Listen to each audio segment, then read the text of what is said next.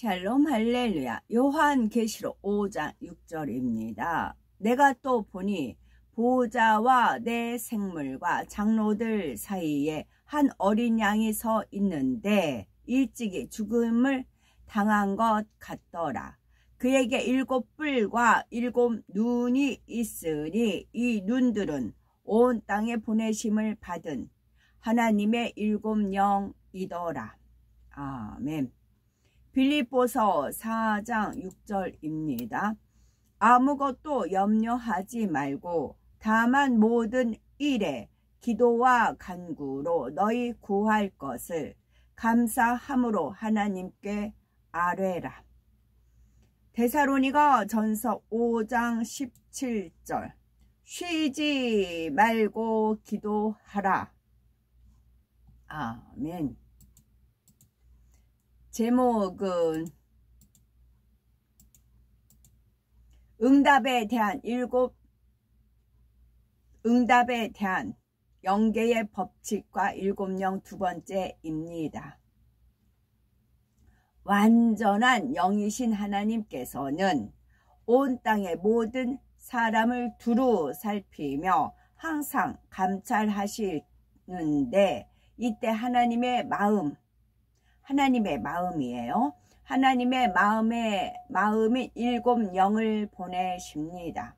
7영을 통해 모든 사람의 마음과 행실을 살피심으로 합당한 사람에게 응답과 축복을 주시죠. 셋째는 기도를 측정합니다. 첫째는 믿음을 측정했고 그 믿음에 따른 기쁨을 측정했고 세 번째는 기도를 측정하십니다. 기도는 하나님의 마음과 뜻에 합당해야 하지요.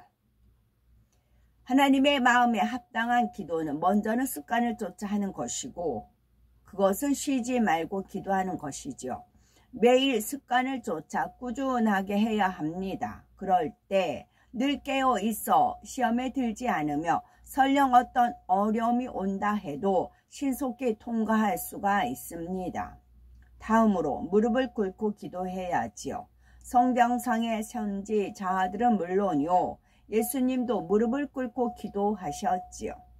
전지전능하신 하나님 앞에 우리의 힘으로 할 수 없는 것을 구하면서 겸비하게 무릎을 꿇고 아뢰는 것은 당연한 일입니다. 또한 하나님의 뜻에 따라 기도해야 합니다. 자기의 뜻이나 유익을 위해 하는 것이 아니라 하나님의 뜻을 쫓아 해야 하지요. 그리고 힘쓰고 애써서 부르짖어 기도해야 합니다.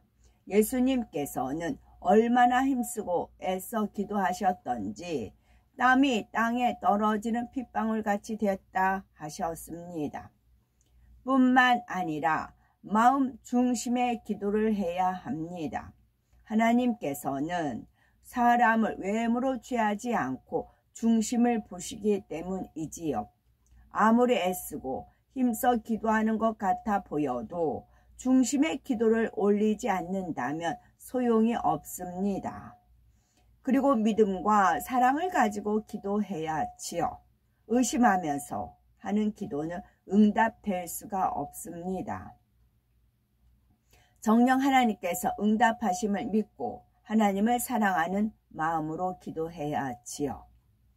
의심하면서 하는 기도는 응답될 수 없으니 정녕 하나님께서 응답하심을 믿고 하나님을 사랑하는 마음으로 기도해야 하지요. 이처럼 7영은 기도 한 가지를 측정함에 있어서도 단순히 기도를 하는지 안 하는지 측정하는 것이 아닙니다.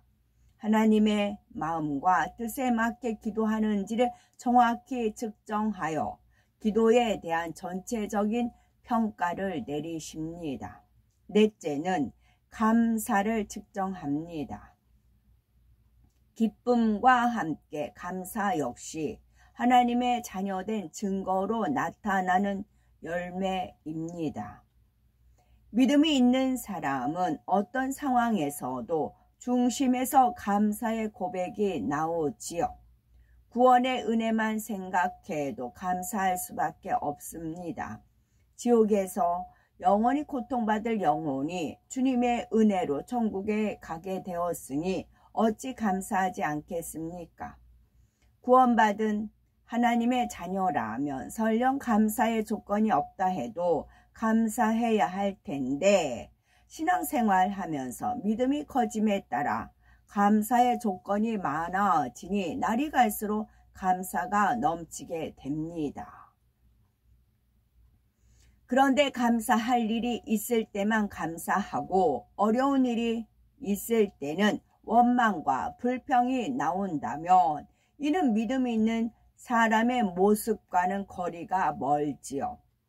당장 눈앞에는 어려움이 있다 해도 오직 하나님을 믿고 감사의 기도를 드릴 때 그 기도를 들으신 하나님께서 합력하여 선을 이루어 주십니다. 그러므로 아무것도 염려하지 말고 오직 모든 일에 기도와 간구로 너희 구할 것을 감사함으로 하나님께 아뢰라 하신 말씀에 의지하여 항상 감사의 삶을 살아야 되겠지요. 다섯째는 계명을 지키는지 측정하십니다. 성경에는 무엇을 하라, 하지 말라, 버리라, 지키라 하신 말씀이 많이 있지요. 그 중에서도 십계명은 성경의 모든 계명을 함축하고 있습니다. 바로 이 십계명을 지키고 있는지 7영의 측정에 합격점을 받을 때 응답이 되지요. 요한일서 5장 3절에 하나님을 사랑하는 것은 이것이니 우리가 그의 계명들을 지키는 것이라. 그의 계명들은 무거운 것이 아니로다 말씀한 대로 계명을 지키는 것은 하나님을 사랑한다는 증거입니다. 정말 사랑하면 상대가 원하는 것을 다 들어주고 싶듯이 하나님을 사랑하면 계명을 즐거이 지킬 수 있지요. 반면에 신앙생활을 오래 하고 믿음도 있다는 사람이 억지로나 남의 눈치를 보아서 지킨다면 이는 사랑도 아니고 참으로 계명을 지키는 것도 아닙니다. 그러므로 하나님을 사랑하여 계명을 지키되 즐거운 마음으로 행해야 되겠죠. 여섯째는 충성을 측정하십니다. 주의 종, 장로, 권사, 집사 등 각각의 직분에 합당하게 충성하는지를 측정하십니다. 또한 기관장, 구역장, 그 외의 모든 사명자로서 맡은 바 사명을 반드시 소중히 여기며 충성하는지를 측정하시지요. 그런데 하나님의 일에만 충성한다 해서 온전한 충성이라 하지는 않습니다. 교회의 사명뿐 아니라 가정의 일터, 사업터 등 모든 곳에서 충성하는 것이 온전한 충성이지요. 남편, 아내, 자녀, 부모로서 각자 온 집에 충성해야 하는 것입니다. 만일 주의 일과 세상 일 중에 하나만 택하라고 한다면 당연히 주의 일을 택해야 하겠죠. 그렇다 하여서 세상 일을 소홀히 해서 된다는 의미는 아닙니다. 만일 주의 일과 세상 일 중 하나만 택해야 한다면 당연히 주의 일을 택해야 하지만 그렇다 하여 세상 일을 소홀히 해도 된다는 의미는 아닙니다. 어느 한편에 치우치지 않고 하나님의 영광을 위하여 모든 분야에 충성해야지요. 그런데 충성에 있어서 무엇보다 중요한 것은 영적인 충성을 해야 한다는 것입니다. 곧 악을 버리고 마음의 할례를 함께 해 나가는 영적인 충성이 되어야 한다는 말이지요. 하나님께서는 정녕 하나님을 닮은 거룩한 자녀가 중심에서 우러나오는 마음으로 드리는 영적인 충성을 원하시기 때문입니다. 하나님께서는 우리가 하나님 뜻을 알고 싶어 하잖아요. 뜻을 알면 어떻게 해요? 행하는 데까지 가야 되는 거지요. 하나님께서는 정령 하나님을 닮은 거룩한 자녀가 중심에서 우러나오는 마음으로 드리는 영적인 충성을 원하시기 때문입니다. 일곱째는 사랑을 측정합니다. 사랑은 지금까지의 항목 전체를 온전하게 엮는 띠와 같은 역할을 하며 우리가 이 땅에서 경작받는 궁극적인 목적입니다. 하나님께서 첫사람 아담을 지으시고 이 땅의 사람을 경작하시는 이유는 하나님과 영원히 사랑을 주고받을 참 자녀를 얻기 위해서이지요. 따라서 아무리 기도하고 충성한다 해도 하나님과 형제를 사랑하는 마음으로 하지 않으면 참된 의미가 없습니다.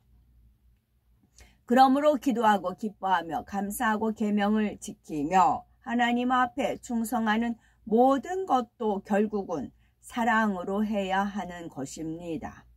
우리의 신앙생활은 믿음에서 시작됩니다. 믿음이 있어야 기뻐하고 감사하며 기도할 수 있고 계명을 지키며 충성할 수 있기 때문이지요. 이런 이유로 가장 먼저 7영이 측정하는 것은 믿음입니다.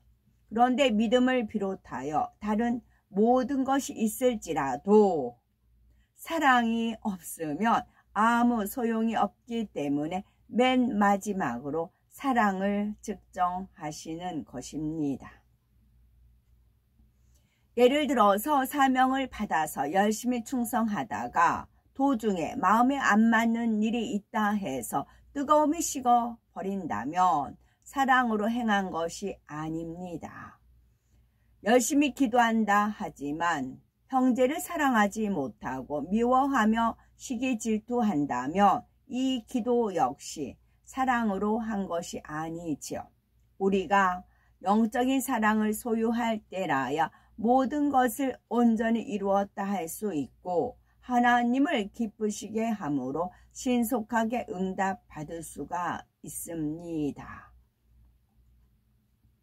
우리가 기도하여 응답을 받기 위해서는 7영이 측정할 때 합격 판정을 받아야 합니다. 어떤 사람은 초신자인데도 기도하는 대로 척척 응답을 받습니다. 반면에 믿음이 있고 더 충성하며 기도하는데도 응답이 더딘 경우가 있습니다.